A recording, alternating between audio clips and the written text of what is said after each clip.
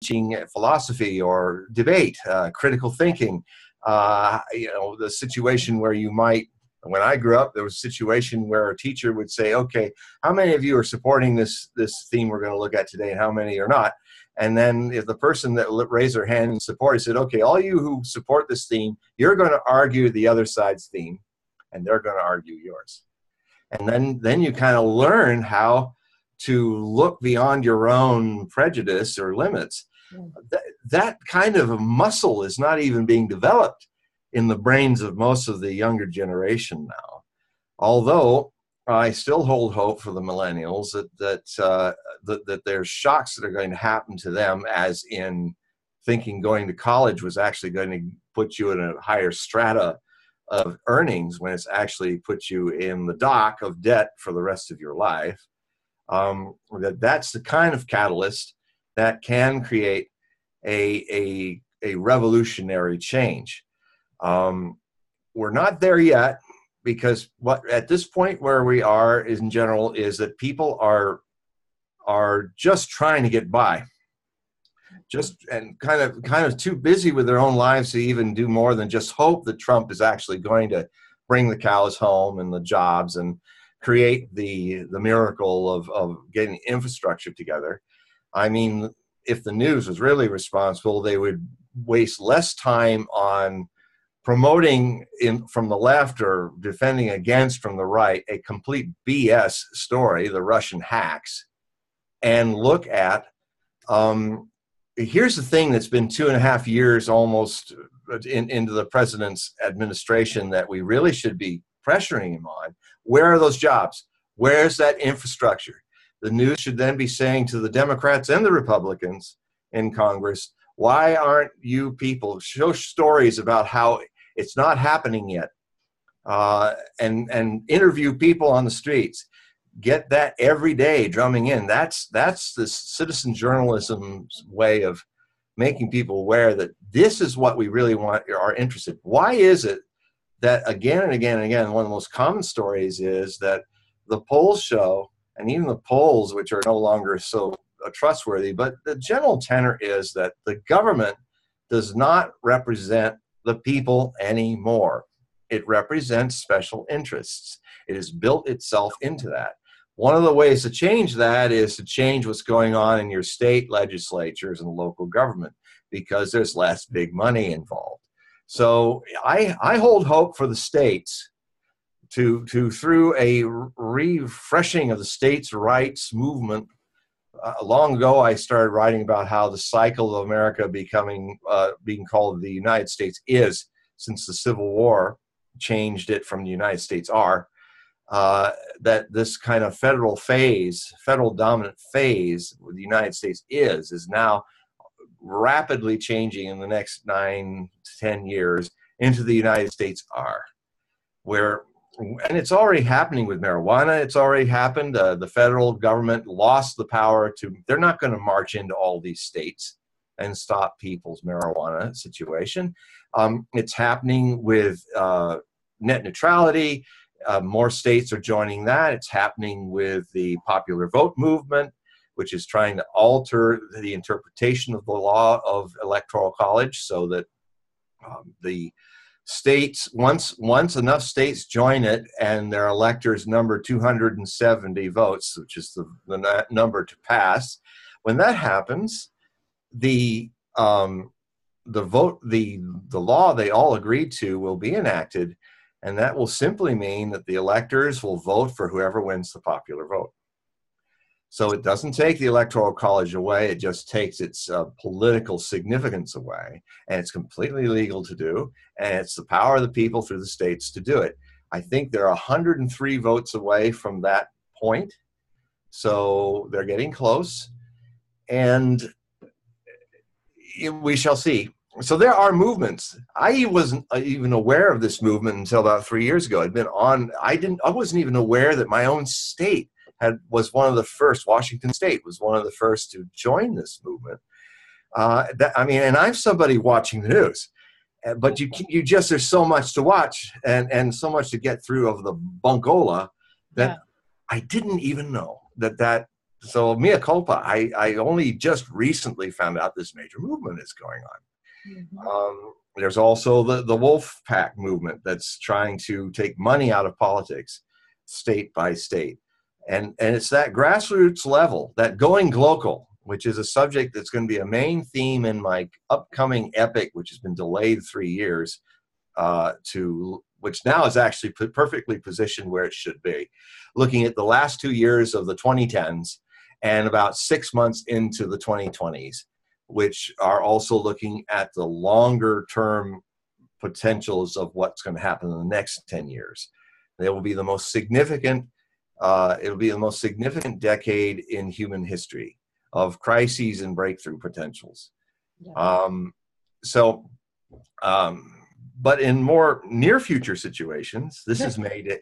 This is May Day, and May Day is the opening of a month that I have been waiting to see and writing about for about 6 months now.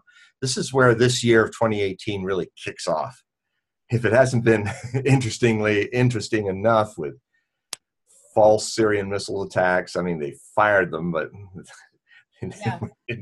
They spent, what, $120 million to destroy $100,000 worth of empty warehouses in Syria and lost 71 of the 103 missiles fired, 11 of which were top drawer, cutting edge new U.S. Raytheon super missiles, and they were blasted out of the sky by 1973 editions of old Soviet anti-missile batteries, SAM missiles, basically. And the Russians haven't even used their S-400s because they want to make sure no one knows how good they are. And they will be used if Russians are attacked. Trump is playing a very interesting game in this. Almost, maybe Syria will have their, April will be called Missile Day, Missile Month. It's like, it seems like, doesn't even these news people think how odd it is that a year later, almost to the day, a chemical weapons attack happens again? I mean, the modus operandi of terrorists is to follow anniversaries. I don't think the Syrian government and Assad would be so stupid to do something like that. And it's like I was saying to Rex, it's almost like, I've said this before about the one that happened in April, which warranted my having to make Trump Strikes Syria, North Korea, ? As a book of a year ago. It's like a little scenario where Bashar al-Assad wakes up in the morning and turns to his wife and says, "Hey, honey, I had just this wonderful dream. I'm finally winning this bloody 7-year war that's nearly destroyed everything left standing in my beloved Syria, mostly fighting U.S.-funded Al-Qaeda, as if, and with the Russians' help, who we illegally invited in, and everybody else that's in our country is here illegally, including the Americans by a couple thousand, special forces with the Kurds in the eastern Syria occupying it. That is completely illegal. Syria would have every right to attack them and run these invaders out of their country. But he has this, after all the things that are against him, he's winning. When I saw that Al-Ghouta, which has been under occupation by Jabhat al-Nusra, an Al-Qaeda affiliate for all these years, and he's winning, I was thinking, oh man, here it comes. When he's winning like this, they've moved most of the people out. They liberated hundreds of thousands of people. And the footage you'll never see on U.S. television is all these people hugging Syrian soldiers and their Russian advisors like they were liberators. And then they're all telling their stories on camera. It's all on footage. You can look at it online, raw footage of it. And they're all telling their horror stories about what happened. And it doesn't have the body language of people going, oh, yes, I love Assad. I want to say how terrible the people were to us. Oh, yes, yeah, I'm smiling. Yes. No, they were like relaxed and happy. And it was real. And so when it was just a little Alduma, this little corner of Alguta that was left, I was thinking, there's got to be a big fake chemical weapons attack, at least tried. And when it happened, here's the thing that you'll not hear. I have written about it in articles at Hogue Prophecy, and I'll share with you now, is that it happens. There's the British, the French, well, the French and the United States just rush into an attack. They don't have evidence of anything. Just like a year ago, they had evidence, pictures of people sick and in a hospital, but there were a lot of things about that footage that was really weird. Like, if this is a sarin attack, why is everybody running around without hazmat suits? Why are these doctors grabbing people and cleaning them off, physical hand to cheek? A nerve agent, they hope that you're stupid, that you don't know that nerve agents, and will not inquire how a nerve agent attacks you. If it gets an aerosol into your respiratory system, or if sarin even touches your skin. And if you're sick and having a skeletal freeze up of your muscles, which is stopping your diaphragm from breathing, so you're starting to drown in your own body fluids, and they're trying to give you some antidote. If they touch you without gloves, without any protection, they'll start also going this way too. That's how agents like Novichok and sarin and VX, this is what they do. And there's none of that going on. There are, so then Trump lobs all those missiles. A year later, there's even less footage that is believable.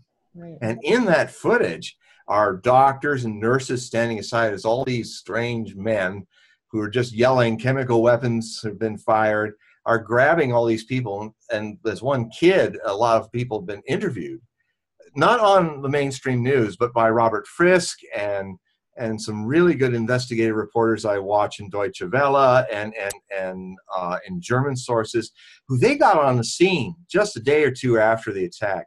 And for days, they filmed and taped interviews with everybody, and a lot of the same people that ended up on that famous picture of everybody getting sprayed with hoses and washed.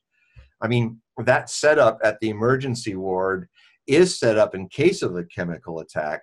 But what happened is this little kid and these doctors and the other people, different people, were all saying that, yeah, we were down in the basement. There was a missile attack. It hit this building, which, by the way, was a command center for the Jabhat al-Nusra people. The smoke and dust that it created was very thick like fog. There are shots of some of those guys running with cameras running through the smoke. But what they're doing is, if they're running through smoke that's laced with chlorine or mustard gas or sarin or whatever, that's nerve agent, they're not going to be running very far. They're going to go and die or start getting on the ground gasping for air. But here they are running like crazy through all that smoke. But a lot of the people that are coming that are being filmed by one of the white helmets, which, by the way, folks, the white helmets, these Hollywood nobilized Oscar-winning people. I show on Hogue Prophecy for over a year now footage that shows them very much involved, not only involved in faking a lot of their scenes of people being saved. I've even watched them trying to shoot adrenaline into a baby that's already dead, and I have watched them stand at the side of Al-Qaeda executions of prisoners, and then they come into the camera shot to carry them away with their white helmets and the badge that everybody knows. And I've also got footage on Hogue Prophecy of them all dancing with the terrorist guys and all, yelling Allah Akbar and all. And they're just, the only difference is they're not in black and with AK-47s, but they're cheek to jowl with these people. They are terrorism's ER. And they are responsible for hoodwinking the president and the government, who were willing to be hoodwinked into creating this this missile strike last year. And here they are again. They're coming down the street yelling, chemical weapons attack, chemical weapons attack. That's what these witnesses said. Get out of the basement, come with us to the emergency ward. And so they grab this kid and these other witnesses that have been documented. They go there, and then they turn on the footage, and you can see the doctors are kind of on the other side watching this whole show, where these people are clearly not doctors or nurses, are just washing people off. The kids are crying because they're getting soaked wet. And it's like, what's going on? And then later, when they are interviewed, these children and these men and all, and even the doctors, which this is objective stuff, folks.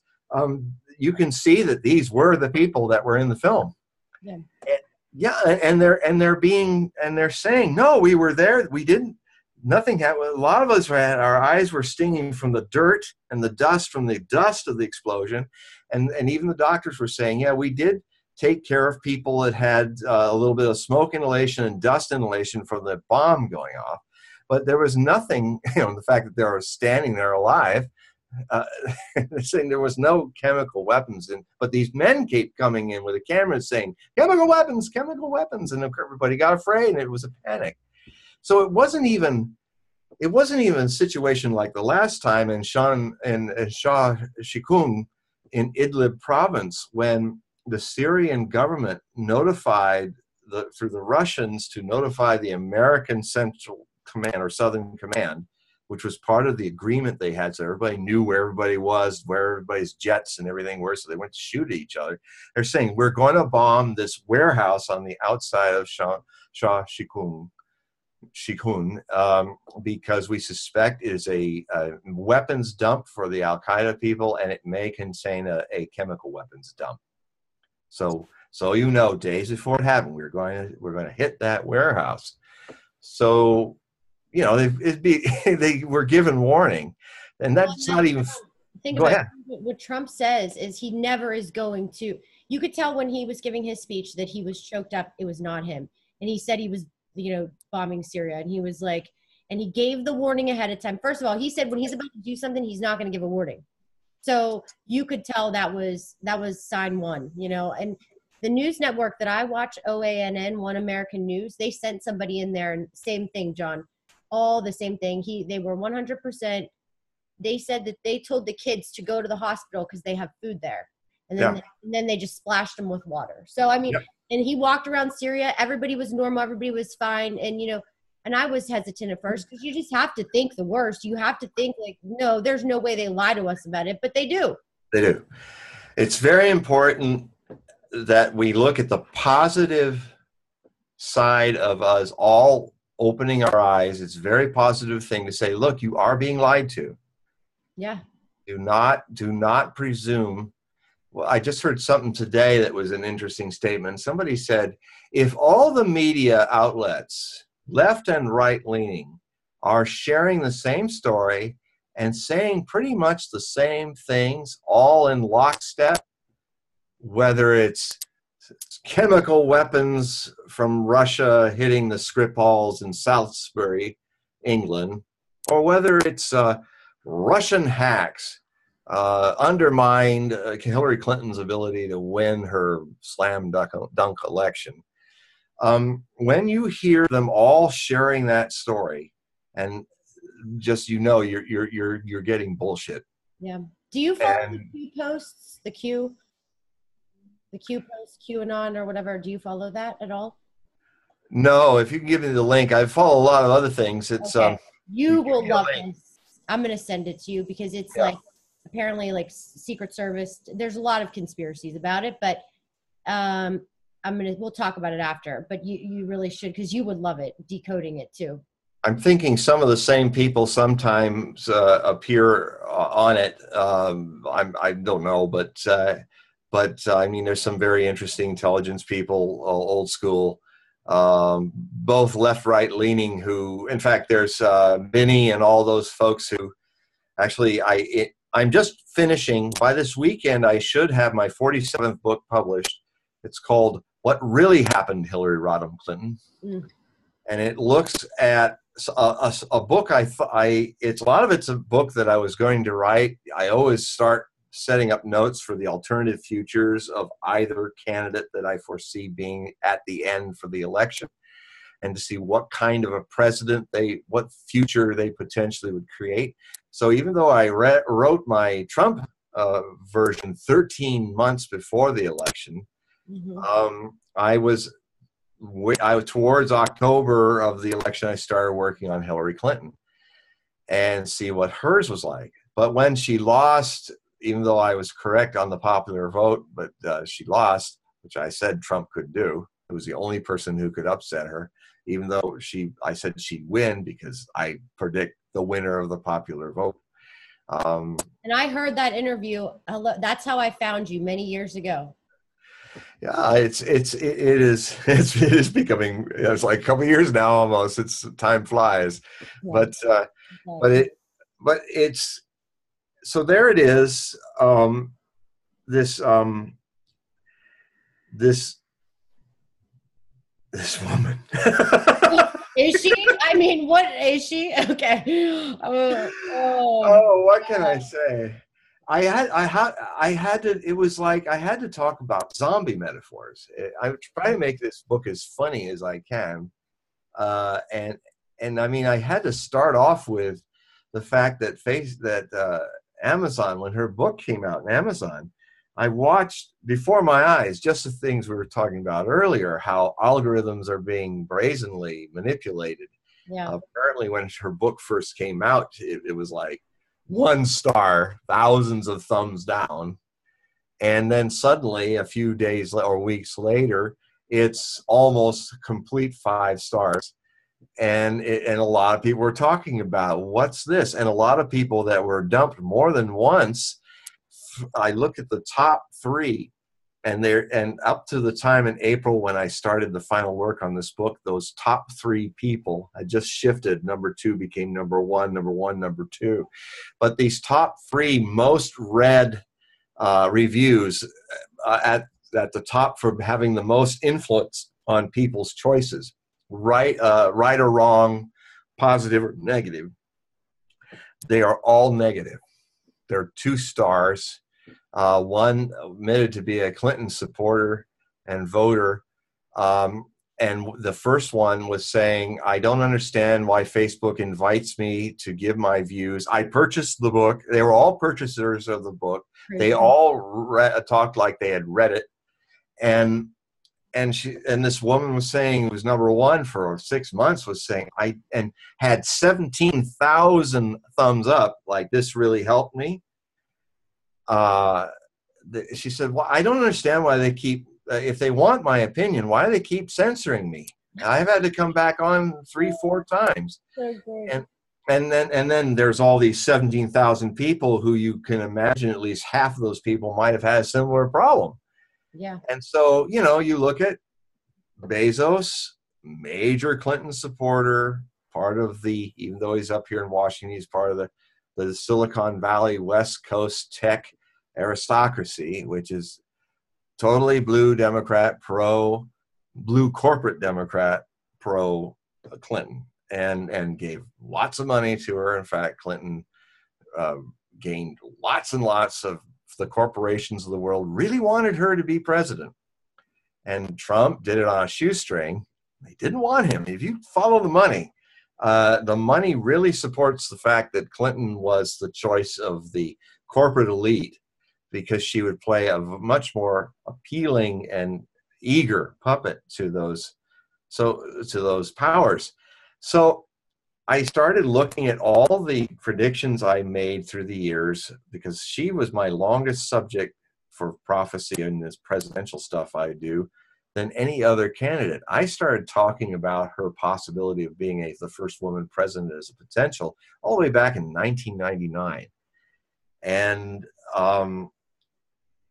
but almost a year before she was involved in the early stages of the primary election in 2008, I warned that if she didn't get over this issue about basically giving President Bush war powers to go to Iraq, as one of the senators who rapidly, with less than 2 hours of debate, rushed to give war powers to President Bush to do carte blanche with Iraq.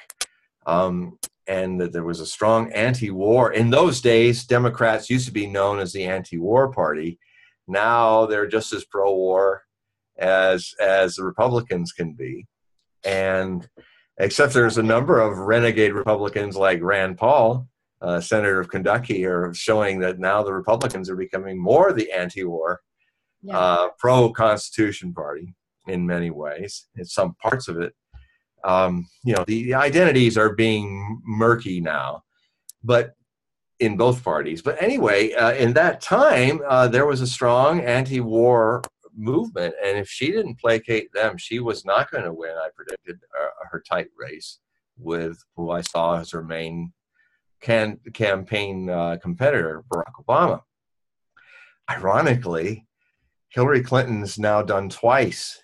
It seems that it's a skill that's unique in United States history. She has, back then, if you counted all the actual votes she got in all the national primary Democratic elections, she actually had 148,000 more votes recorded than Barack Obama. So here's again another popular vote syndrome, but losing the vote that counts, where she did in the caucuses. She didn't get enough delegates. So she did it again with 2.8 million more popular votes, but ignored all the warnings that her husband was telling, because Podesta and her crowd that she was listening to now saw him as a has-been. Can you talk about him a little bit after this, just if you don't mind? About Bill Clinton? About Podesta. Oh, Podesta. Oh, yeah. Well, yes, he comes up a lot in this Speak book. of the devil.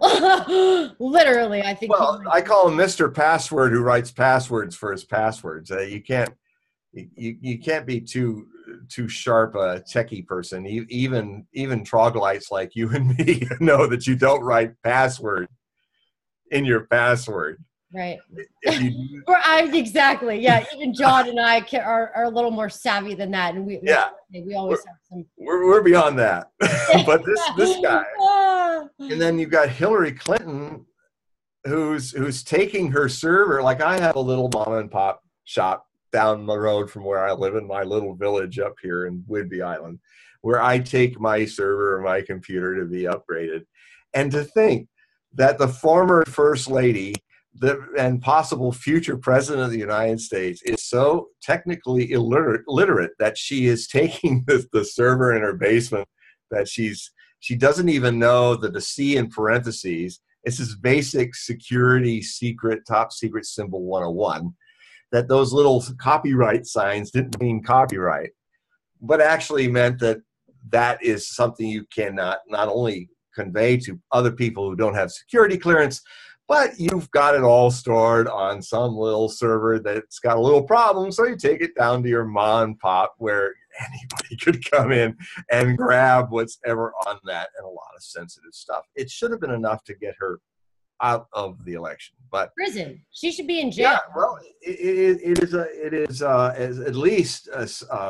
And then there's the other thing that I talk about is that Clinton, when she was Secretary of State, was still playing pay for play, like the Clinton Foundation had been doing for years, where they spent a lot of the money in interactions with world leaders. And when you look at what the Clinton Foundation actually did on the ground to help people, there's a lot of stories of them just not really doing much at all. It was kind of a front for pay to play.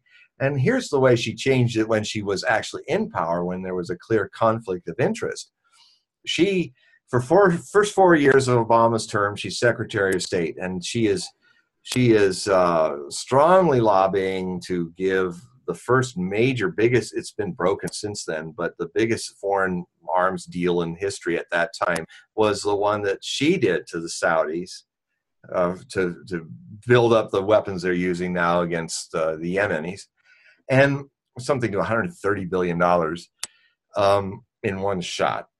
And then right after that, she's no longer Secretary of State, and just by chance, within weeks after she's no longer legally there, the Saudis give like $23 million to the Clinton Foundation. And you know, what they don't tell you too is that the guy who was the Muslim American and his wife, who Trump just stepped right into that trap, where they were at the Democratic convention, hitting him on his weaknesses of a narcissist, putting him down, and he's not understanding that this is a trap. Because their son had died fighting in Iraq.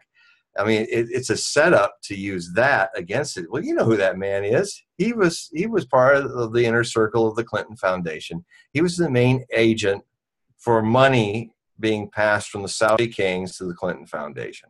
He was a big fish in the Clinton Foundation. He's acting like some person they pulled out of the street who has a sad story, a tragic, truly tragic story about his son, the officer, dying and fighting in Iraq. The truth is, he was an inside player. And so, you know, it just plays into the legacy of Hillary Clinton, which is in her astrology from my Platanus Western sign of her afflicted Mercury and her afflicted Venus and ascendant, who have these square aspects with Saturn and Mars and Leo. And she's got all these initial planets, they're Venus and Sun and ascendant, all in the 12th house, which is a house of, you've got to become kind of self-aware. If you have this kind of, I have a similar thing in my 12th house. It's best to become a meditative person with that kind of stuff, because you will be undermined by your hidden subconscious enemies. And and so she's with that kind of squares, because I also had squares with planets in Leo with a lot of my rising sign, my Venus-Saturn conjunction and rising side are all conjoined Jupiter, Pluto in the midheaven in Leo, but the others are in Scorpio, 12th house. My son's 5 degrees away from that, so it's not in the bunch. And interesting enough, her son was not in the square. But I mean, the square can be very positive. It can be, it's actually trained me to I had to become aware of how I tick. I had to become aware of what my hidden enemies are. And Hillary Clinton has not learned that lesson. And Hillary Clinton then will be guided by delusions and powerful Leontine men, from her husband to other advisors, will always kind of lead her. She will blindly believe in them because she does not have her own voice and has not yet found her own center. And you can see it being expressed out since September, when she started her crusade book tour all across America and all over the world, is that, and I try to make it as funny as possible. Like, I go back and forth with her infamous Stephen Colbert interview and show how, you know, she's cooing about all due respect and how, oh yes, we don't know yet what. It's almost like Nixon going, we don't know yet what they're going to say. And she's looking so stateswomanly like, but you can just feel it like if you wrestle with crocodiles, their energy starts building before they start wanting to twist. And I kind of, it's like, you can just feel her, like, it's almost like I could hear her in her voice saying, have I looked civil enough? Have I looked stateswomanly enough? Have I said all the due respects to this and all the due respects to, we're still waiting for the actual findings? But you know, right. Russians, and suddenly she's starting to blare like she's channeling John Wayne and Dragon, and the Russians are bad, and then suddenly she unloads a litany of unsubstantiated theories and conspiracies that to this day have no objectifiable evidence. After a year and a half, more than a year and a half. We're in May. By the time we are in mid-June, when the whole thing started with Assange 2 years ago, it'll be 2 years. It was when Assange announced that he had leaked out some information from the DNC that would be very powerful stuff that would show what they were doing, and he was going to announce it for the convention. So there then became, if you want to go back to the beginning of the whole story of Russian hacks, it starts dribbling out of the Clinton camp in the press I went in the book and showed this after June 16th. The dossier that Steele was employed, the MI5 guy, to create, that all starts right around then.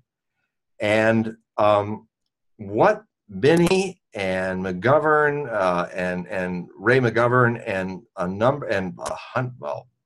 dozens of people who I list that are involved in this group, the VIPS, that are retired agents, CIA, NSA, Army, all kinds. It's like all the different 17 agencies.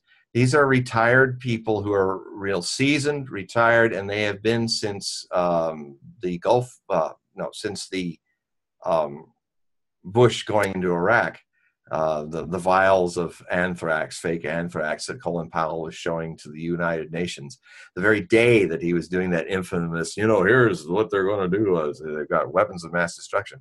I go through the history of how they have always made papers and assessments and then delivered them to the sitting president, whoever they are, Democrat or Republican, to advise them that whenever they feel that the people still working in the intelligence agencies have not been doing enough of investigative skeptical inquiry. And then so they were saying, we're trying to help you. Red light, President G.W. Bush, this is not actionable. So they've been doing it ever since. And their most recent one happened in early 2017, where they released a report to President Trump. And I have long tracks of this report in there. I also have the damning tracks of Hillary Clinton's contract with the DNC that she made before the elections, where basically she promised, and you see it right there, where she was going to pay monthly installments and fill the hole Obama left in the DNC's war chest for the presidential campaign of 2016, which had not been paid back since 2012, of $24 million. She walked in there, breezed right in and said, I'll pull it out of my own pocket in installments. But as this agreement shows, she made sure that she had, long story short, it's like a catch-22. We got a catch-22. I'm buying something. He's not outwardly saying it, but it's all in the legalese there. She's only, her advisors are in these very key places. So she basically bought the Democratic National Convention. And it is a huge and damning addition to what Assange exposed from emails showing that the Bernie Sanders campaign was rigged against it. So she can talk about Russians rigging, and in fact she can even, and Podesta too, can even play that game, as a psychology of criminals are, that you can often, as a detective, you can often find a lead by just seeing how much a true criminal protests too much about a crime that he or she dumps on somebody else again and again and again obsessively, is often a tell that they're taking their own crime and throwing it on somebody else. And for her to be so upset about rigged elections by Russians is a classic psychological example of a criminal mind that has been caught in the act and is trying to throw it on somebody else. And it's provable. I mean, I'm the first person to say, hey, if I'm wrong about the Russians, if I'm wrong about Assad and the chemical weapon attacks of last April and this April, I'm more than happy to say, hey, at last I've got some information. I've got objective reporting and evidence. Right. And I'm a happy clam. But I am most unhappy about all of this bullshit that's being weaved as news. And now it's I will call it actionable bullshit. I mean, these people are actually launching missiles on people, sanctioning Russia for Skripal's poisoning in Salisbury, when no one even knows if the Novichok came from Russia. They just simply say, oh, it's Russian, it must be from Russia. Even in their own reports, they're saying Soviet era Well, the Soviet era did have Novichok, but guess where it was built? It wasn't in Russia. They weren't making it in Russia or manufacturing and stockpiling it in Russia. When the Soviet Union included Uzbekistan, SSR, Soviet Socialist Republic, that was where the main bases for creating Novichok were. And it was American people that went in after the Soviet Union collapsed and actually went in to sanitize that area and take samples. Because, and I can say that not that they happened then, but if you're in part of the chemical weapons agreement, which the OSPW polices, you have the right to have stocks of any of the agents, a small amount, so that you can create antidotes. The only way you create antidotes is having it. So there are assumed to be at least 20 members of the signatories, including the United States, Britain, and others, that have Novichok in their labs. So when you hear on the news, it came from Russia, and you hear Theresa May and her foreign minister, who I'm starting to call with that mop of wild hair that makes Trump hair look like Elvis Presley. I call him Boris the Clown. I mean, at one point he was even trying to stuff a tuxedo in some dinner, and he was talking about the Russians and the Russians. He's trying to act like he's Winston Churchill, and except for just being as fat as Winston Churchill, he's really not. That's about it. And he's standing there with that hair, and suddenly I'm thinking I'm watching a Monty Python skit. He's suddenly saying, "Come fast, Russia, come fast." And then I wanted somebody in the audience. In fact, I screamed it. I said it to the TV when I saw it. I started saying, "Nobody expects the Spanish Inquisition. We have 3 forms. We have 2 forms. No, we have 1. Nobody expects. Give him the comfy chair." It's just like, I mean, it's just comedy. Yeah. And it would be so hilarious, and it is hilarious, and I'm laughing all the way to doomsday, potentially, that this guy is a clown. Yeah. And then Theresa May is saying, when the initial reports are happening, she's making all these statements, categorical statements. We're almost completely, absolutely sure that this is from Russia, and we will sanction them, and blah, blah. And you've got these, and then they go and launch missiles on the Syrians because of this, and they go.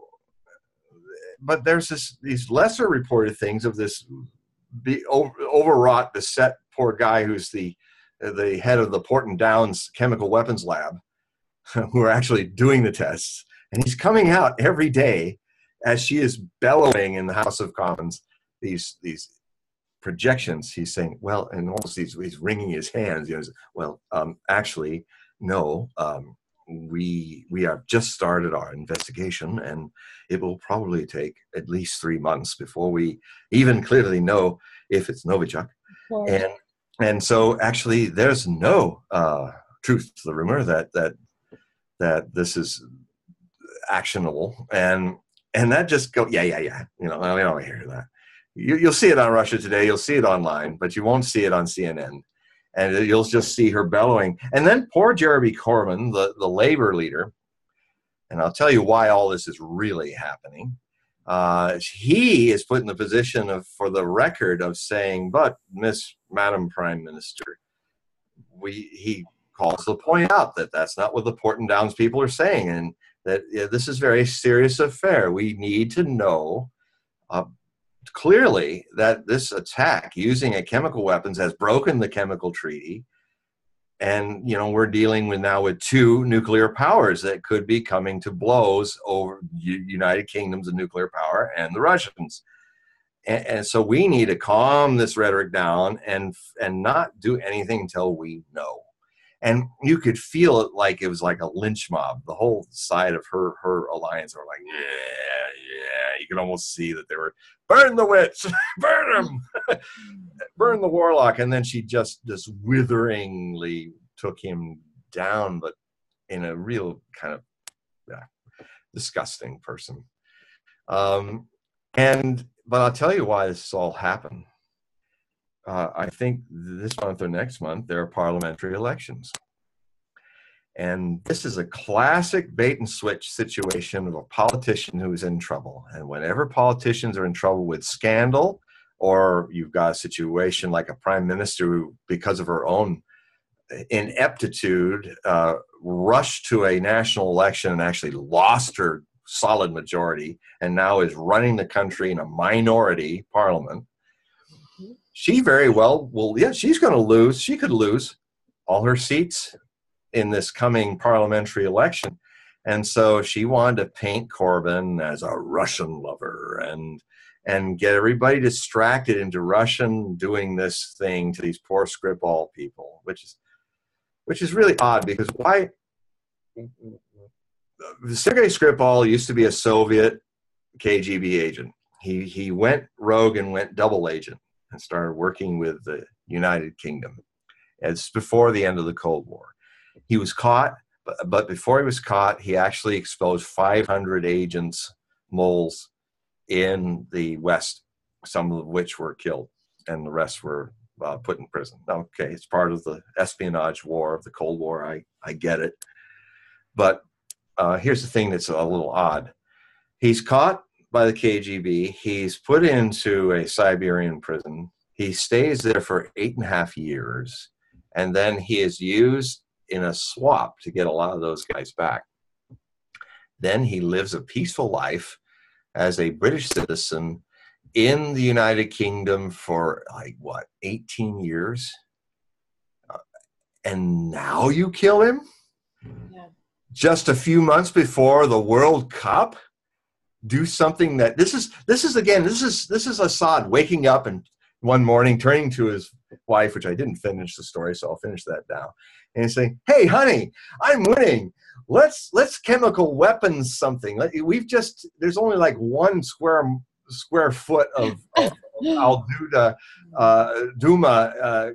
Got 1 terrorist left. Let's drop a bomb on and kill a bunch of civilians. Let the 1 terrorist that's left film it, so they can bomb all of our assets that are still left standing. And maybe they'll decapitate you, me, and my government with a few missiles." That's such a great idea. And then here's Putin. He's divorced, so he's turning to his mistress and he's saying, "Darling, I had this wonderful dream.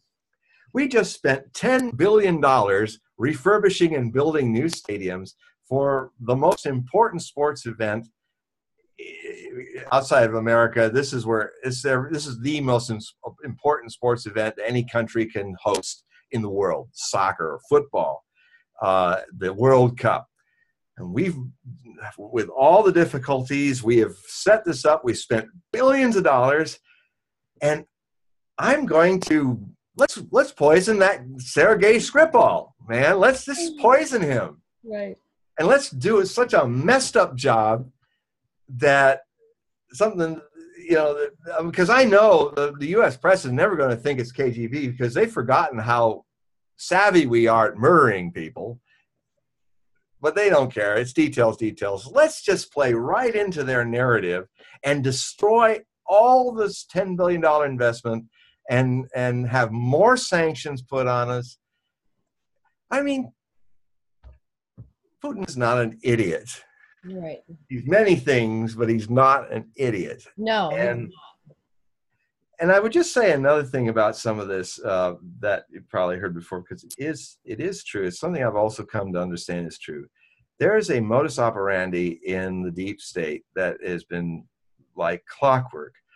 Any country that threatens to get off the petrodollar is a country on a hit list. Saddam Hussein did it in 2000. Where is he now? Gaddafi did it. Where is he now? The Syrians did it. They're trying to turn him into dust so we could say, where is he now? Now bigger players are getting involved. The Chinese and the Russians and the Brazilians and others countries. Well, one of the reasons why Brazil had this Rousseff monkey trial where they took her out of her presidency is that she was doing two things. She was thinking about getting the Brazilian money out of U.S. currency control. And she was also building a major new internet network when all that stuff with everybody's forgotten and everybody's pointing the finger at Russia. In 2015 and 2014, the biggest news that was happening was the revelations of Snowden, which showed that America, being that we were the hub for most of the internet, passed through our servers, that the servers were bugged by the CIA and NSA, and we were literally watching and looking at everybody's private information, including the cell phone of our allies like Angela Merkel. I mean, and it was such a shock that a process which Brazil was part of, also as part of the greater alliance of the BRICS nations, South Africa, Brazil, it's the acronym for Russia, China, South Africa, and Brazil, and I'm always missing one of them, India. They were going to build another network that didn't route through the United States, so that there was a sea line that was being connected across to Africa, to Europe. They were trying to get out of our spy grid. That all got forgotten when, oh look, the Russians, they did something. They upset the sure bet of Hillary Clinton, who has never been able to win an election she ever had a sure bet of winning. Well on her own. That's what this book talks about. It shows and documents how this person is just a mediocre politician. She picks the wrong people. She's astrologically afflicted. And she's now becoming kind of a brunt of comedic ire. And so that book is going to be out. I just think she's a monster. I think she's not, like, I have watched so many things on her recently and what followed the cute post and everything with the Podestas, and it's just it's so disturbing, and every conspiracy, which is so freaking true and factual that nobody wants to talk about, that evidence. It's mind-blowing. I mean, and it's the fact that she is even she should just go away. Like, she should. That would be the best thing that could happen, because she's doing disservice to like everybody. Well, and that's why I didn't want to dig her zombie political life up and rehash it again. But what motivated me to write this book was back in September and October. I was saying, you know, she's not letting this go, and she has a lot of influence, and she has a lot of power and charisma in this kind of witch hunt myth mongering, that she's now become a force of great negativity in the world, which I saw that she would be if she were president. And I also see that I end the book talking about how a lot of the things that I foresaw her doing in her presidency, I'm seeing people around Trump trying to turn him into almost like they're trying to demonically possess Trump with the Hillary Clinton agenda, which was basically the warmonger hegemonic agenda. I mean, Trump won on a platform of let's get our troops home, let's only do one nation build this time, make America great again. I'm tired of all these idiotic wars in Syria and other places. Why don't we work with the Russians? And since the Russians are working with the Syrians to eradicate Al-Qaeda and ISIS, let's help them do that, so we don't have to be on the ground doing it anymore. They want to do it, let's help them. I mean, I was saying, yeah, Donald, and so we're about 62 million other people, a lot of which you have forgotten that a lot of that is not happening now. Although I love how I see it in his Uranian Gemini sun way of just kind of, there's no way he's going to be completely controlled by the deep state. And if ever he doesn't finish his term, it's because it's of either two things. Either this fishing operation is more like Whitewater than it is Watergate about Russian hacks, is that Mueller and his people act more like Ken Starr with Whitewater and the Clintons. It starts with this, and it ends up being, we'll find anything, and then you get him under oath and make him say something which he says under oath that's wrong, and then you motion to impeach. I mean, I'm thinking it's also what Mueller is thinking, because how much longer do we have to wait for? I mean, the Congress just now concluded that they couldn't find any evidence. That, in fact, the sanctions, a wave of sanctions that should now be lifted from the Russians, is continuing, even though it's now been proven. They cannot prove. And whether it happened or not, we do follow laws and courts. And if you don't have the evidence, you don't have a case. And so go. Court, and if the WikiLeaks guy said, Julian says, I can't wait to see, he goes, and you want to sue me? This is going to be fun. Discovery is going to be fun. And I totally like, okay, you're going to sue them? Are you freaking nuts? Like, but then I heard the DNC's dead broke. That's why. It's like their last avenue. They have no other choice to do. So they're going to try this. But what they won't realize is they're going to look really freaking stupid. Well, they are stupid. And it's unfortunate for this democracy, because it's important to have a noble opposition, an intelligent opposition, a critical opposition, whether it's the Republicans out of power or the Democrats. To have a retarded opposition it makes this a one-party democracy. It's not good. It's not. It makes it more possible to be more corrupt if one party holds all the buttons to push, and that's the thing that's really got me with this. When the Democrats, I did in the Predictions 2010, the last long essay after looking at 10 important life-changing prophecies about this year. I end with the essay about my forecast about the midterm elections, probably the most important midterm election ever. And I was starting to think, with the polls rising and the Democrats looking like they might actually take back the House and the Senate, but also kind of a little skeptical of that because it's coming from MSNBC and the Clinton News Network and CNN and MSDNC and Microsoft Democrat National Convention Network. And I'm thinking, but okay, I was looking at the polls, I was thinking, okay, but then this often happens in this career of mine of forecasting, where I personally go, oh God, I've just put my neck out there on a limb. And, well, there's a bad mixed metaphor. I put my neck out for a hatchet job where a lot of people's trolls will go, hey, you were wrong.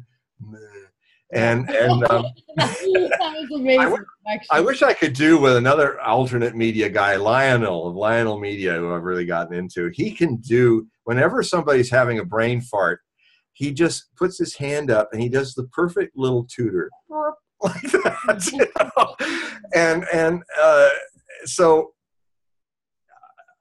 But I can't, again and again, I got to trust it. The Democrats, and then this happened. They get up, the leadership, the Democratic Party get up and are opening themselves to litigation with Assange, which means they're going to have to now deliver all of their evidence, all of those emails, all the stuff that shows that they didn't dare give Comey and the FBI, even though Comey's actually sympathetic, oddly enough. Even though he's scared now. That's the only reason why he got set up. It was like, well, I wish Trump the best. Yeah, because now you're indicted and now you're about to get busted. Like, you're a leaker and you're the head of the FBI and you're going after Assange, who can't get out of the embassy for in Ecuador, and an embassy near Harrods. In fact, I remember that building when I was in London. I said, what a funny looking building. And it's just up from Harrods, and I was there. So, and that was back in 1994. I'm thinking, my God, this is where Julian Assange now has been living for 3-4 years. And the case that they had against him in Sweden is over. The statute of limitations is running out. And it's like the whole reason for why he had to be in house arrest has now technically, legally been over, because the Swedes have let go of the case. So that means the British can't really say he's committed a crime, since the people who were wanting to talk to him, take him to jail, have said that he's not committed a crime there that they can prove. So he should go free. But it's everything he said is the motivation behind this is showing itself to be true. They want to get him out of that embassy, and his butt will be right into some high security prison in America where he will be treated like Chelsea Manning and probably die in prison. I mean, a similar thing happened to my own teacher, Osho. He was also arrested without a warrant for immigration fraud, which he did not do. They made him do an Alford plea so he could get out of jail. They moved him 12 days on a prison jet through all the penitentiaries so that he would be lost from his lawyers. And in the 3 days he was in the Oklahoma County jail, they poisoned him with thallium, heavy metal, CIA weapon, NSA weapon of choice, because it just exasperates initially what you think you already have as health problems. He was a light diabetic and also had heart disease, but very lightly, but it just got worse. And he aged 20 years in 4 years. His hair went all white. His hair started falling out on the back of his head. They're all classic symptoms of thallium poisoning. And they gave him this odorless, tasteless sauce on a piece of bread, and he bit into it and got sick and didn't eat after that. And then they also wanted another time they first got in the jail, they put him in a jail cell with a guy dying, and the guy was saying, look, I know why you're in here, because they all watch TV, and Osho was on TV all the time. So they said, I know why you're here. I'm dying of terminal herpes. They want you to get infected. So you keep banging on that door and get out of here, because they want you to get my disease. And then so he goes, they put him in this other cell, and they pull out, he has no bed. And this guy comes in, and he's got this filthy mattress that he throws in like a hot potato and gets out of there. And Osho says, so filthy, they rolled it up like a pillow so he could at least lay on the floor and sleep.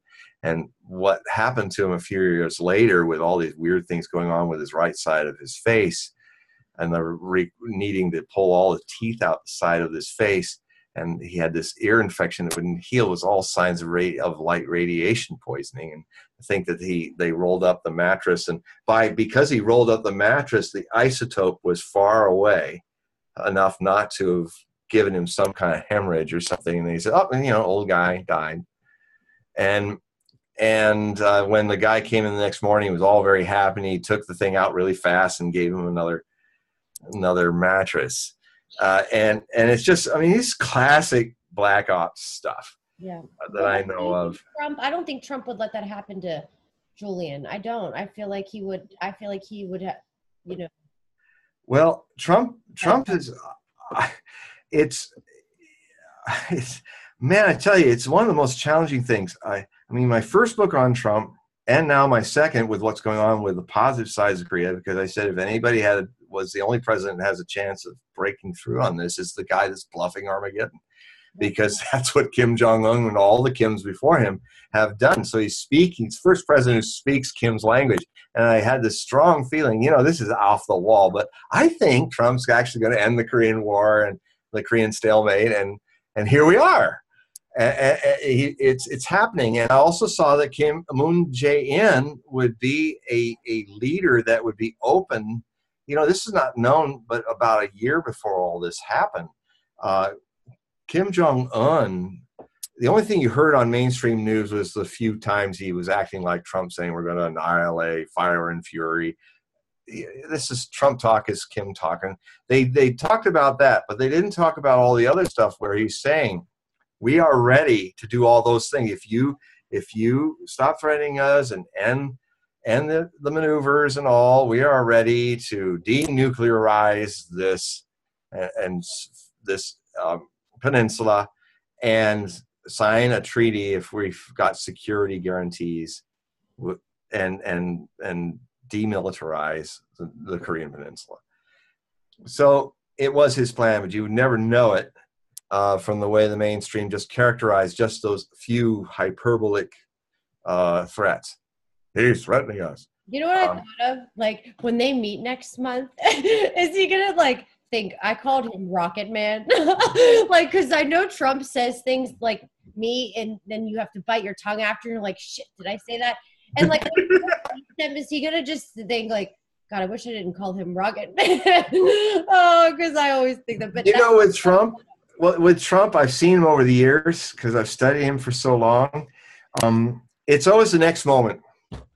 He doesn't. You don't think about that. It's like He I've doesn't seen care. him even in the Celebrity Apprentice or in his ups and downs in New York real estate business since the early '90s. You can see him going loggerheads, just anything he can say, and it's getting back too. He's getting it back as much as he gives. And then it's like if they come to a deal, it's like hugs, kisses, Yeah. everything's fine. That's Donald, Yeah. and he hasn't changed. Uh, and I think my feeling was I was thinking there's Kim listening to him doing the Rocket Man, and Rocket Man is going to do this and that, and and and then when he got up, even Nikki Haley, who's a piece of work. We'll get into her another time. It's I too would many. love to hear what you had to say about her. Well, I have mixed thoughts too. For I don't know. she has. Well, it's very much like Celebrity Apprentice. They always had some kind of half crazed alpha woman or male hillbilly, and who was kind of the Tom Boosie or the Boosie character or the Baldwin brother character who I sometimes think Bolton has become the Baldwin in his cabinet, where you'd have people very different, alpha male and female, going at each other. And it's almost like in that kind of chaos, he's sitting in his boardroom chair going, and it, like, I think all that friction helps him somehow make his decision, which always surprises people. And a lot like the Amorosas in that group, or now she's working with him in the cabinet. They think they've got him on their side, and then suddenly you're fired. Or you just out of the blue say, "But yeah, but then you said this and that. Well, what do you mean by that?" And or like the way he built up Penn and Teller. And he almost like got to, it was just him and the other guy in Celebrity Apprentice that were left standing. And suddenly Trump out of the blue said, yeah, but a few years ago, you said some really awful things about me, really mean things. And who said that? Wait. Well, Penn Jillette who actually managed to be the last two standing when it was a live show at the end and where he was going to, on live TV, decide who's hired and fired. And out of the blue, Trump's just looking straight face and say, yeah, but I have a problem. I mean, you're both perfect. I don't know who to choose, except there is one thing that I need clarification on. Trump's pretty much saying, he said, you said all these terrible, nasty things about me after the last show. And because Penn Jillette has got a potty mouth that won't quit. And it was almost like his potty mouth was remembered. And it says, well, I'm not going to choose you because of that. Oh, you're hired. So people who think they got it sewed, like John Bolton thinks now he can start World War III with Trump. And oddly enough, Pompeo, too, is an interesting move because he's already talked face-to-face with Kim Jong-un in a secret thing as CIA head. And, I mean, I think sometimes it's a bit Reagan-esque what Trump's doing. And I've often said on your show and in my books that Trump is a karmic echo back to Ronald Reagan. He's a little louder, more intense, out there version of it. But there's a lot of stuff that reminds me of how, we ended a Cold War because, to be honest, Ronald Reagan played the nut job cowboy who might launch nuclear war. And that actually got everybody that wasn't making such bluffs more sober, and they solved their problems. And here you got Rocket Man, and now we're looking. Now imagine what's going to happen to the brains of all the anti-Trump people. They're going to explode on camera if he actually wins and gets a Nobel Peace Prize. I hope to God he does so bad. We should ask my rods, because I'm telling you, it will just make. Seriously, he deserves it. Probably will, if he can get past the deep state in June when they meet. I mean, there's going to be some. It feels like he really wants this to happen because more than peace, his narcissistic personality, and I mean that as a fact, not as a everybody's narcissistic. But it's amazing when I try to talk to people who are against him, I said, oh, I'm not going to talk to a narcissist. And he said, well, then stop talking to yourself. You might not be as big a flaming narcissist as he is, but if you've got an ego, you're a narcissist. So work with what you've got, not with what you blindly project you want to work with. Right. And that gets back to this other thing about, I still even stronger see after this lawsuit of the leaders of the Democratic Party, they are not going to win back the seats because there's no burger in there. There's nothing there. They're leaderless. They have only one theme: tear down Trump. It's a political negative obsession. It's based on no evidence. It's led by now the saint of this kind of silliness, Hillary Clinton, going around the world, making these claims that are outrageous. And they do want her to falling down the stairs. Well, I say in the book, with her medical background, she's had a very serious fall at the end of her term as a Secretary of State. Very serious, with blood clot next to the ear. And these falls indicate that she has, as I said in a lot before the election, I said, my main concern with her, she won't finish her term because of cardiovascular issues. She's trying to keep quiet. That she has problems, and she's having balance problems. They're getting worse. And that is classic of somebody who's had a very severe head trauma that is not healing fully because it was so severe. And as she gets older, I basically say, and I end the book talking about that there's some people who are actually thinking she'll run in 2020. I said, no, she's not running. It's done. She will not be mentally capable of running and being politically involved. But if there's that many people in the Democratic power base that think that's possible, then these are not the people who are going to win in the midterm elections.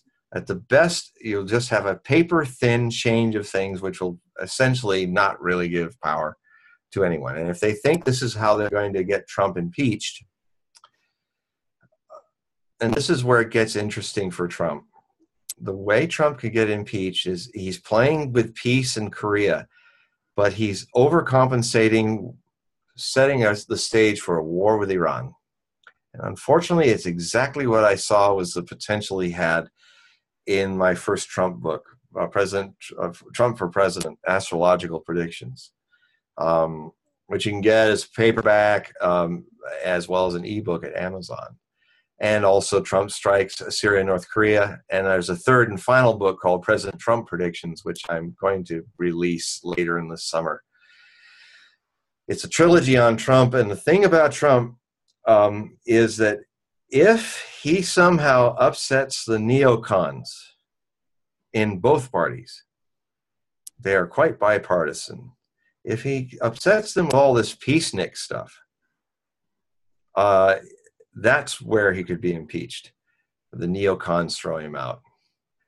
Of course, then they'll get Mike Pence, and they'll be, we'll have the neocons happy again. Because the problem with Trump is they're getting him to do a lot of what they want, but he'll never be completely controlled.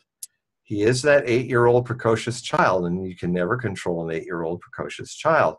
And a lot of times when he's saying outrageous stuff, as children do, he also says something absolutely true and shattering to the world. His tweets change the world, because sometimes, even though when he's being outrageous and rude and just a precocious Peter Pan, right, he's also that child who says what's true. And we would not be talking about fake news if it wasn't for Donald Trump. We would not be talking about immigration and having a debate or an argument about it like we are now if it wasn't for his gaffe in his opening speech when he announced his election, talking about all these negative people coming over the border. It's not really what he said, but he didn't say it well, and it stuck that way, and it's his responsibility for misspeaking.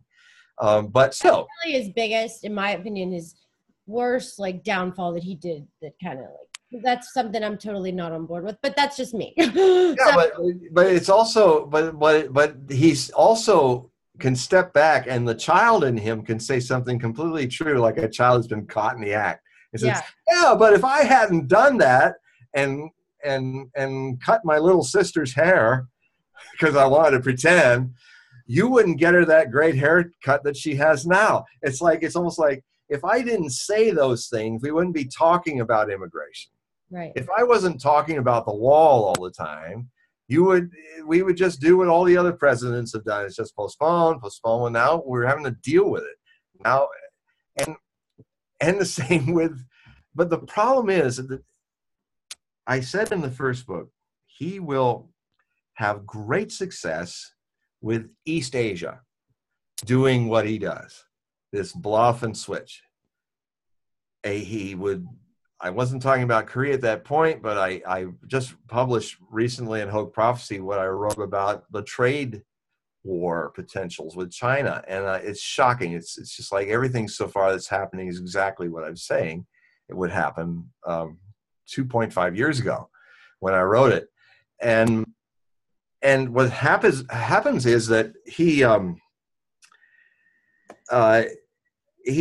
doing a classic art of the deal. I mean, he's going hyperbole, over the top, threatening, shocking, stirring all the shit up, and then he gets what he's really wanting. Yep. And even today, some of the news is starting to hitch on the idea that this is all this stuff, like what he's doing now with Europe, getting them off the hook, giving them another month to think about it, is all directed to China, putting pressure on the world to kind of upset the whole flow of steel and aluminum and other things. And what he's finally going to get is what he really wants, 20% change and valuing the yuan higher than it is. And that he's not going to end the deficit, but he'll call victory when he can get them to increase the value of their currency to closer to its real value. And then he'll call victory, and there will be no trade war. And I think he'll do that. I think he's on schedule to do that. I think he's on schedule to, if he can get through June. And frankly, the Koreans leaders have gotten so far ahead of him now from his catalyzing the situation that he's almost got a position where he says, hey, they want peace. Let's get to the neocons. But the danger is, where he's good in East Asia, he sucks in Near Asia. He sucks. He does not get the Middle East at all. If anything, he's got the American myopia in spades. He doesn't get the Arab culture. He's the 8-year-old child that's being taken for a ride by the Saudi princes in believing this bunkola that the Zionist supremacists in the Netanyahu government are spewing even to this day, that Iran is the source of all evil in the Islamic world. Clearly, my experience of what's been going on in the last 20, 30 years says no. As I said in the beginning of this show, it is from Saudi Arabia. Saudi Arabia is the dark heart of terrorism in the Islamic world, and he's buddies with them. He's given them hundreds of millions of dollars. He's even given them artillery and armored vehicles to the tune of $1.3 billion worth of Paladin heavy armor, mobile 150 howitzer guns. And they're talking about the Americans leaving eastern Syria and the Saudi Arabian forces being a police force, military police action in that area. That the Saudi army is being armed up by the United States so that they're going to police these areas, maybe Iraq is next, to cut off the lines of communication that Iran has with Lebanon and Hezbollah, which is an ally of Syria and Iran. And it's just all done to placate the Israelis. We don't have a foreign policy in Middle East. We have the Israeli foreign policy. And I am seeing this country step by step with the president being hoodwinked into this to placate neoconservatives, who, by the way, many of the chief neoconservatives in the movement are also dual Israeli citizens. So they advise Netanyahu, they advise our presidents, Obama, Bush, and now Trump.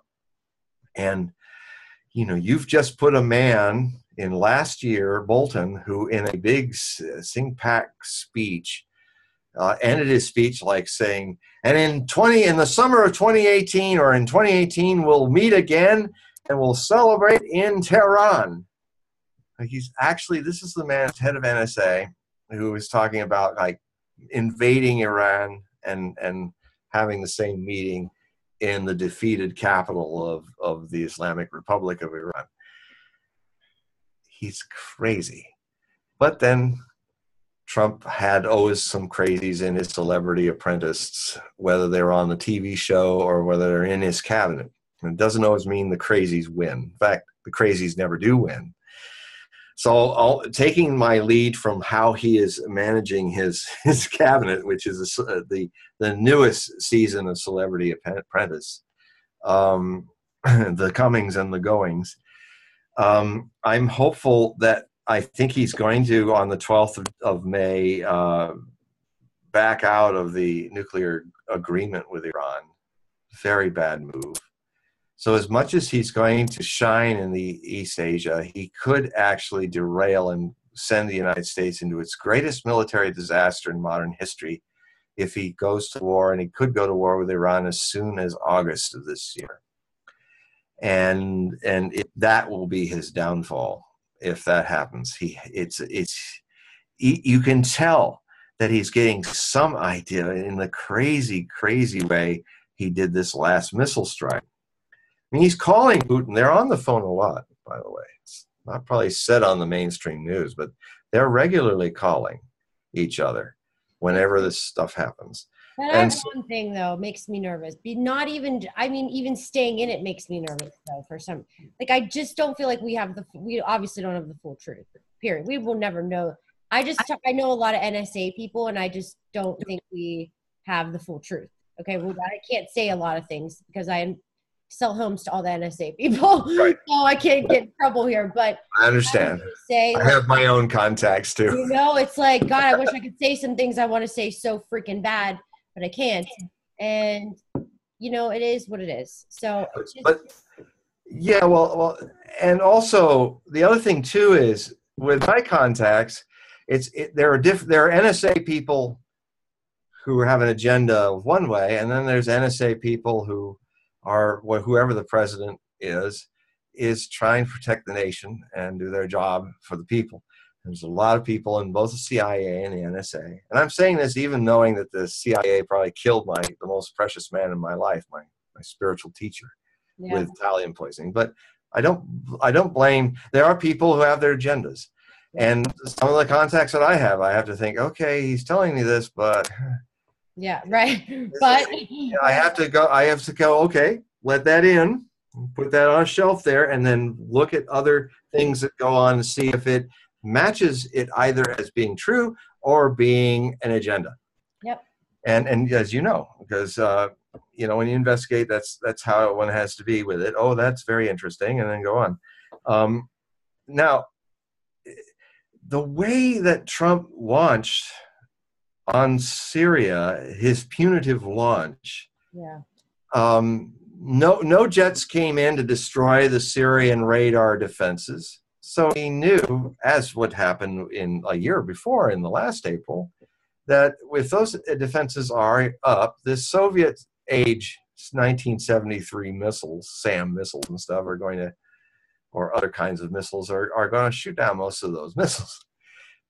Initially, when it's being shown on the live, what was going on, the Pentagon, all these guys, especially on CNN and MSNBC, are showing these maps that are just covered with targets. I'm thinking, oh no, this is Iraq all over again. They're just going in to knock out what's left, and then the Syrian regime will collapse, and that will create a new Al-Qaeda state and just make things much worse in the world. And You don't have to like Saddam Hussein, but he is a stable sovereign nation, and this breakup of Syria in the long run is not good for the world or for American troops, because they'll be drawn in and they'll be fighting, dying, and bleeding for Israel, not for our country. If Israel wants to go to war with people, fine. Your sons and daughters, your risk. But I hate this way that the cabal of neo-Nazi Zionists are trying to do their greater Israel thing. And it's half the country of Israel itself does not support this. Many friends in Israel who do not support what the government is doing would like to find a two-state solution with the Palestinians. But they don't get on the news that much. Now, what Trump did is warn Putin on the phone. I'm almost certain of it, but he certainly warned the world in a tweet several days before that the missiles were coming. They're going to be so fast and so new. Yeah, right. You know, yeah, right. What can I tell you? I mean, and so they started evacuating all the centers. And what's ironic is the OSP, I can never get that acronym right, but anyway, the chemical weapons investigators have a map that they published to the entire world as part of the treaty, and I can see the Pentagon was using their map to target any labs in Syria that might have been making anything that was chemically oriented. But initially, it looks like 12 different places got bombed into the Stone Age. But as the night went on, it went down to 3. Right. And then I'm seeing all this live footage of missiles getting blown out of the sky left and right. And then it's like the only footage you see of an area that's been destroyed was that place outside of Damascus, which was the 100,000, the empty warehouse that used to be a place, which had been approved in November of last year by the chemical weapons group as being clean and certified as being clean, as they've been regularly testing and certifying everything since Syria dropped their chemical weapons in 2013. And they were certified for that too. So they're bombing empty places. It's like this could have been a way of placating the neocons in his world, Trump's swamp. And at the same time, because I know his heart in this, Putin and him have great chemistry. Their astrology is destined to be friends. They are friends. They want to work together. Certainly, if you look at Putin's side, if it's unfiltered by the mainstream news, you will find that he's very eloquent about how he wants to talk with Trump even now. And they're talking on the phone. They're creating a relationship. And they may surprise everybody by ending a lot of this tension. But if, it's bad enough if Korea goes down, the military-industrial complex may say yes to that because they want to move the focus on making China the enemy. Here's the thing that's just starting to come up again. And I wrote about this back in that first Trump book, that one of the things that would really get us in a war in Asia would be if Trump decides to move a lot of the bases in Japan, because they don't want them in Okinawa anymore, and move them all to Taiwan and give Bolton his one cookie that he's been looking for if he doesn't get the Iranian cookie and all, and that is to acknowledge Taiwan as an independent state of China. Yeah. Just only, 60 miles over a channel from the mainland, and have all that same force now pointed in Taiwan. I think that's coming next. If Korea has peace, it's going to all move to Taiwan. And it's the very thing I was saying would happen 2.5 years ago as a potential. So, wow. And that gets us into a conflict with China we're not even thinking about yet. Oh, God. And that could happen in 2019. Well, if you were to say one thing, okay, because we've been on here for a long time, and I feel bad. So, oh yes, if you were to say one thing in the United States that's going to happen in 2018 to look out for, or watch out for, something like serious where like it affects us big time, would you say it's weather? Would you say you think an event that's more so just like a freaking civil war between ourselves? Like, what do you think's happening? like this summer? What are your thoughts? Well, initially, unfortunately, as we speak, the most violent potential tornadic weather is starting to blossom over the plain states. It's considered the first really serious tornado outbreak, and for the next 3 days, it's going to be pretty dicey across Kansas, Oklahoma, especially into northern Illinois, and even into Wisconsin. And then it's going to roll across. And I have been saying that all this cold, unseasonable weather is just delaying spring from doing this sudden flip. And when it flips, it's just taking everything a month late. The tornado season is going to hit in May rather than it usually does in April. And so, I'm very concerned about us having a repeat of the kind of supercell events that happened in 2011. With Tuscaloosa and other around Alabama, and so many things being destroyed, and people dying, and that is a big danger that seems to be brewing now. So everybody better watch in the tornadic areas in May and June. John, like I'm telling you, this winter, first of all, you and I live on completely different sides of the world, but like both on the water, different sides. It's kind of funny. And how's your water doing? I don't know, it's a little rocky out here. And I'm going to say this weather, this summer, I mean, spring. We didn't have a spring. It goes from 70 degrees to freaking snows. Like, then next day it's 30. And then the next week, it's like, what the hell is going on? And it concerned. I have never paid attention and was concerned about the weather until this year, where I'm like, something is not right. It is I can tell you what it is. Yeah. It's the Gulf Stream is almost standing still. It is because of all the melt from that important part of the current conveyor belt that's near Greenland. A lot of melt of ice is desalinating it. The warming of the oceans, which is where most of the global warming is going, is actually affecting how salt interacts, and it's keeping the cold currents down and not welling up. That's not only affecting food for fish and wildlife in the ocean. It's deeper now, and some fish can't go down to get it. It's exacerbating the warming of the Pacific, which has created the Arctic polar vortex jet stream to flatten, allowing all these storms to pour into the eastern United States this winter in the spring that never was. But note how even in January, when the first really bad blizzards hit, the next week it was 70s and low 80s, and then another one hit and it got cold. So exactly what you were saying is this, it's like, and it brings an interesting pattern that actually global warming climate scientists forecast decades ago could be a potential for the warming of the oceans and the atmosphere. Whereas the rest of the world's aggregate temperatures are breaking heat wave temperatures, Western Europe and Eastern United States and Canada could be in an isolated, almost mini ice age effect in their winters, longer, colder winters. It's like one of the few places left where cold, record-breaking temperatures, unseasonably cold temperatures are still being broken.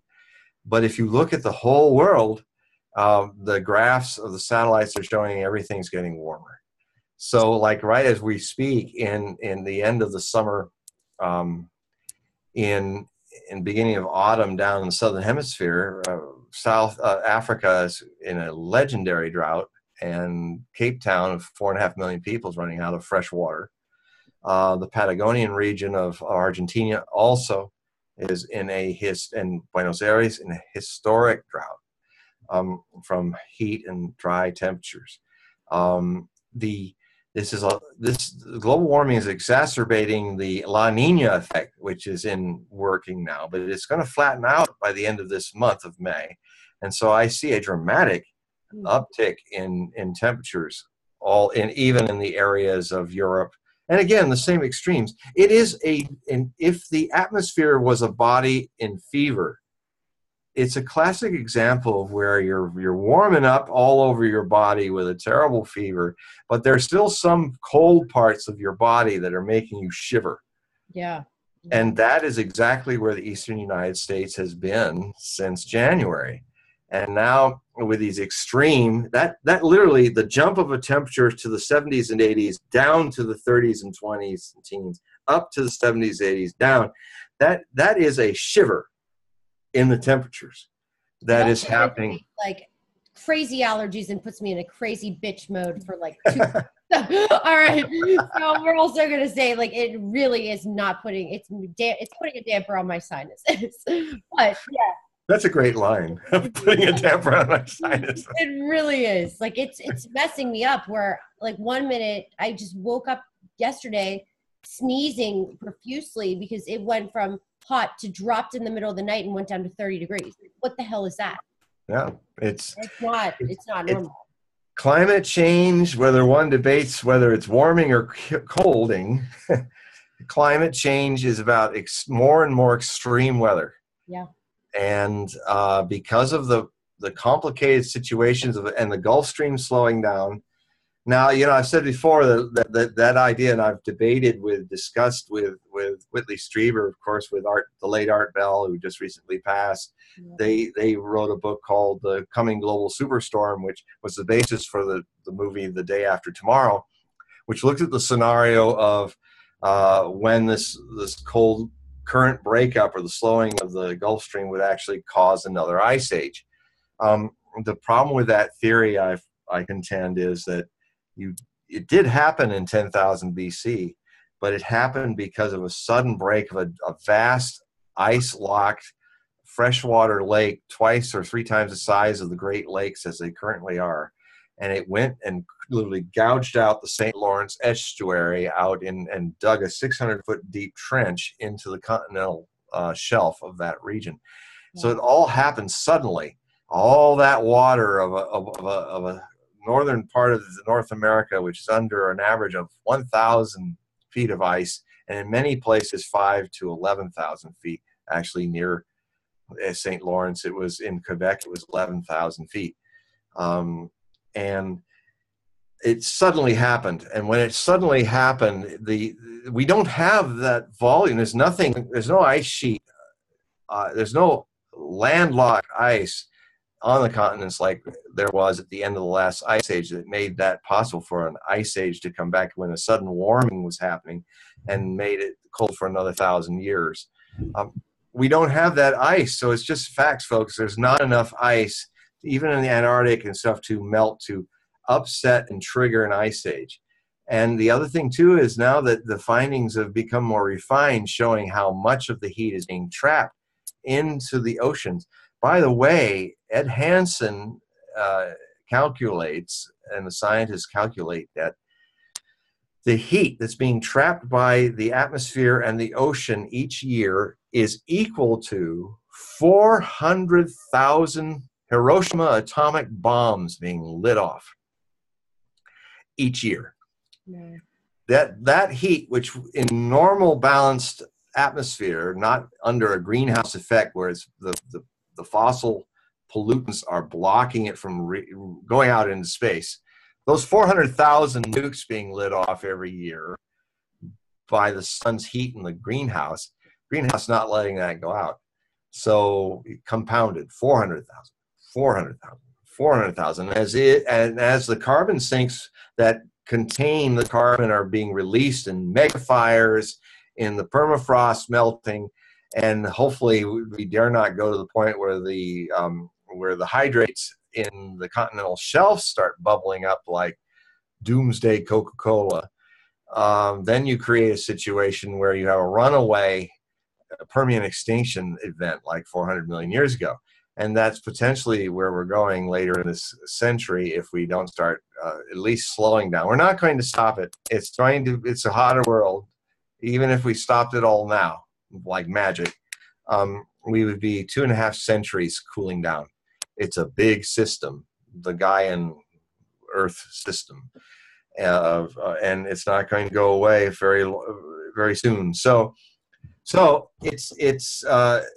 that always is a big thing. I'm waiting, unfortunately, for another devastating hurricane to unfortunately fulfill my long-term warning about entering a new stage in natural disasters, what I call the serial disasters, where they don't give you 10 years to rebuild New Orleans.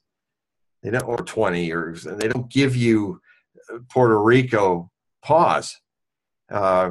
There's still, the grid is still collapsing. Even a bird strike in some line somewhere and knock the whole island out because it's mortally wounded. They're trying to repair something that was already broken. And it doesn't need a big hurricane. Even a tropical storm with 50-mile-an-hour winds might be enough to just take Puerto Rico down onto its knees. People are leaving the island to a point now to find work now where it's now becoming a social disaster, where there's just not enough people to sustain the society. It's a mess, and it's like Yemen. It's the Yemen of climate change, Puerto Rico. Nobody's talking about it in the mainstream news. Like, nobody wants to know about what we're doing in Yemen with the Saudis.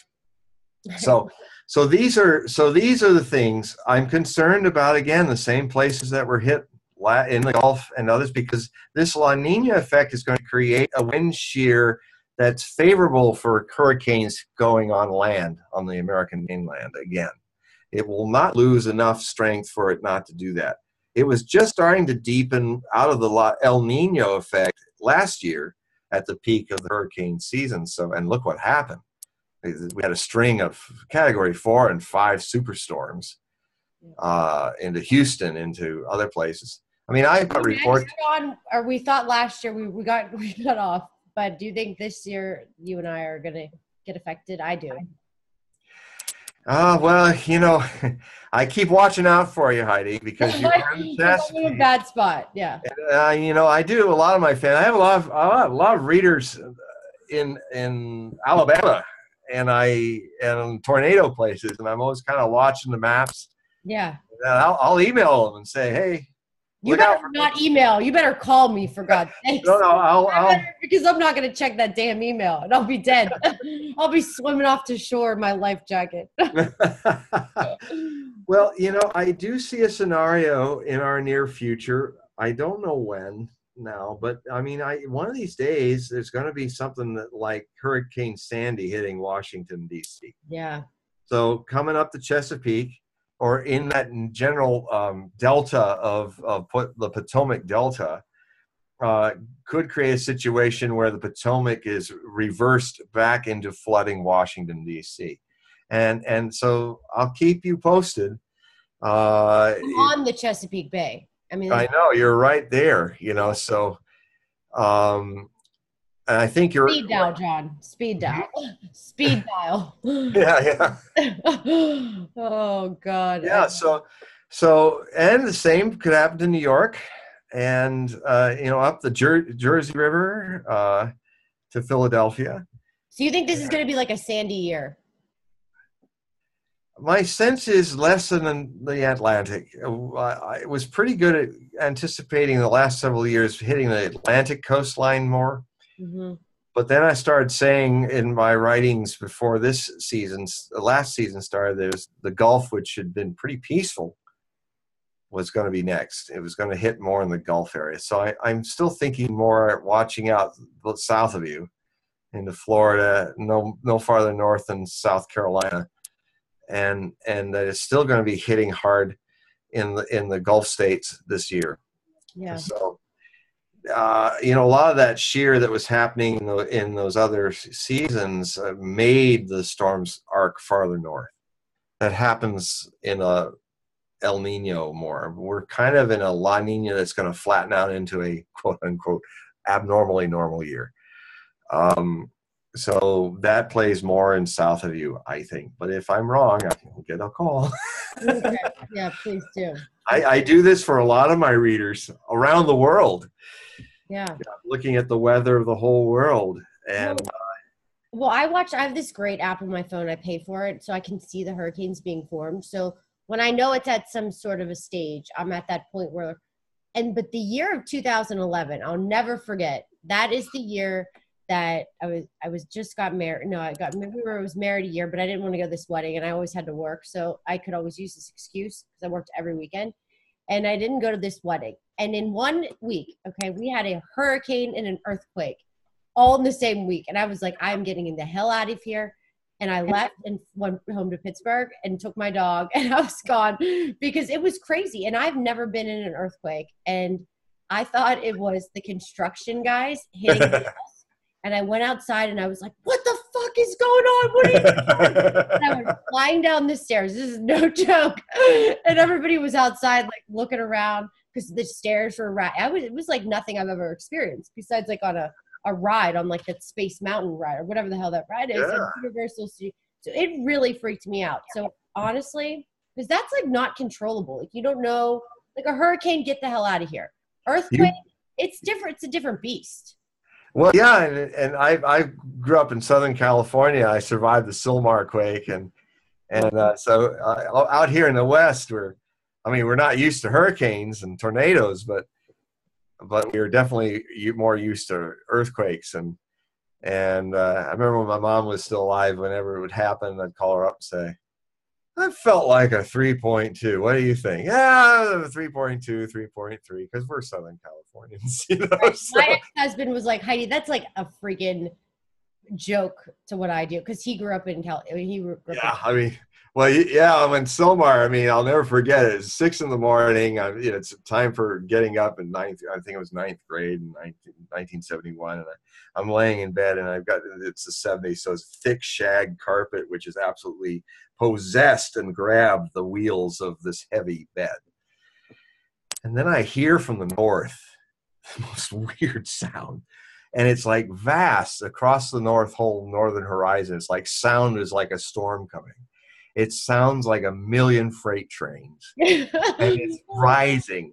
And it just went, and then it just went like that. And then at the moment it was getting like too much, I went, stop. And then it stopped. Stop. My bed was moving all over the shag carpet. It was freed. And I couldn't even budge that thing. And everything was rolling. And we were 48 miles away from the epicenter. Wow. And yeah, so, but I live in the Pacific Northwest. We are definitely waiting for our version of Banda Aceh in Indonesia, because our subduction zone is actually a model for what happened in Indonesia. And why are we staying in these states? You and I, we're just like waiting out the storm, like just waiting on the storm. Why do all the great places have crowds of people? Well, in the case of earthquake areas, a lot of people live in earthquake areas or near volcanoes and things, because it's the part where the earth is most alive. I don't think people consciously are aware of it. But rift zones and all, it's a lot of people live in them. It's a lively place. I've based my life here on the West Coast of the United States, and I've always been in earthquake zones. And the Earth's hopping here, to say, so to speak. Yeah. But when I did summer stock on the East Coast in Cape Cod, I kind of got a taste of what it must be like there in Chesapeake, a little farther north, and it has a beauty. And you have the Gulf Stream going right by there, and the water's bathtub warm in the summer. I would never swim in that water. Never. Well, in California and up here, technically we're very warm, even though you can freeze to death in the water here. But we're so far north, we should have ice because of the Japanese current. So we have like 52 degrees. But I lived in the beaches of California, and California eddy is a cold current, and man, it was always cold in the water there. But when I did summer stock in the east side in Cape Cod at Highfield Theater near Woods Hole and Martha's Vineyard, guys stepped in and said, "This is bathtub water." And they were all laughing at me. But then they'd say, "Oh, look at these big waves coming in." It's like a 1 foot wave. And it was my turn as the Westerner to laugh at them, saying, "Man, I come from California. We have breakers that go across the entire Pacific Ocean and crash on your head. And that's a normal day." But then, of course, when the weather started getting wild in the ways that Californians could never dream on the East Coast, my East Coast friends was, "You see, John, welcome to weather. We have real weather. You don't have no weather at all. You guys go in and hide when it's sprinkling." True. Yep. So, Well, we're going to end it and wrap it up now. It's been almost okay. 2 hours. Oh boy. So thank you so much for coming on here and embracing us with your amount of knowledge. You never, like, I will say, if you have not checked out John's books, go on his website, please. I mean, I put it in the live chat. I'll post it again, but it's HOGUE'sprophecy.com. And I mean, buy his books. They're so affordable. They're 100% worth buying. And I'm going to also put all the links in his, in the comments and pin them. So that's all I have for today. And thanks, John, so much. Thanks, Heidi, and thanks everybody for tolerating my great Hogue data dump with all the dyslexic ways I speak. We love it. Love it. Oh, funny. Hold on. Let me just turn this off. Okay, there we go. Thank you so much. That was great. I want to tell you one thing before we go. Yeah, well, I got to get your phone number because I don't think I